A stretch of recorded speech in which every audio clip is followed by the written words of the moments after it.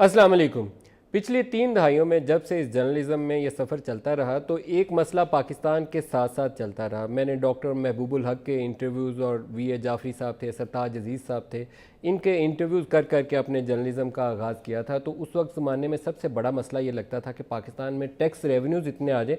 Doctor Mahbubul हक का बहुत एक फेवरेट सब्जेक्ट हुआ करता था कि इतने वसाइल हों कि ह्यूमन डेवलपमेंट के ऊपर इन्वेस्ट किया जाए।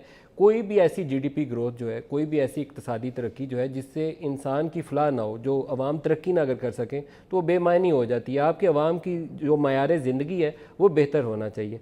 तो इन 25-30 सालों में पाकिस्तान के साथ ये मसला जुड़ा ही रहा। हम सोचते ही रहे कि टैक्स रेवेन्यूज़ कभी बढ़ेगा 10% ऑफ जीडीपी की शरह से, कभी 14, 15, 16% हो जाएगा। इतने वसाइल होंगे वज़ीर ख़जाना के पास कि बड़ी फ़राख दिली के साथ एजुकेशन, हेल्थ सेक्टर और वाटर सप्लाई और इंसानी सेहत और उसका मयार ज़िंदगी बेहतर करने के लिए ज़्यादा से ज़्यादा वो वसाइल दे सकेंगे। आज तक हुआ नहीं।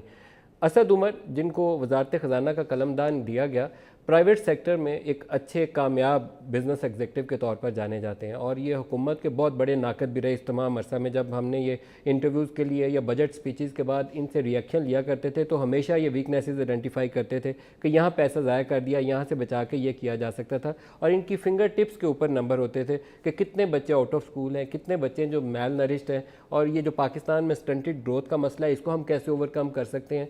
वो तमाम बातें इनको अजबर हैं, लेकिन क्या इनके पास ऐसे हल हैं कि पाकिस्तान को बेहतरी की राह के ऊपर ले जा सकते हैं?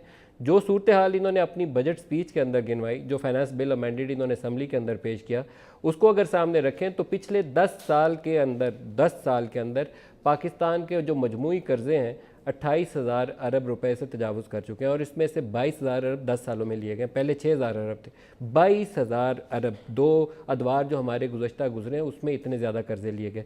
क्यों लेने पड़े? क्योंकि बजट डेफिसिट जो था वो 2,000 अरब से ज़्यादा सालाना रहता रहा। कई साल जो अभी लास्ट ईयर इन्होंने गिनवाया उसमें 2,400 अरब के करीब है।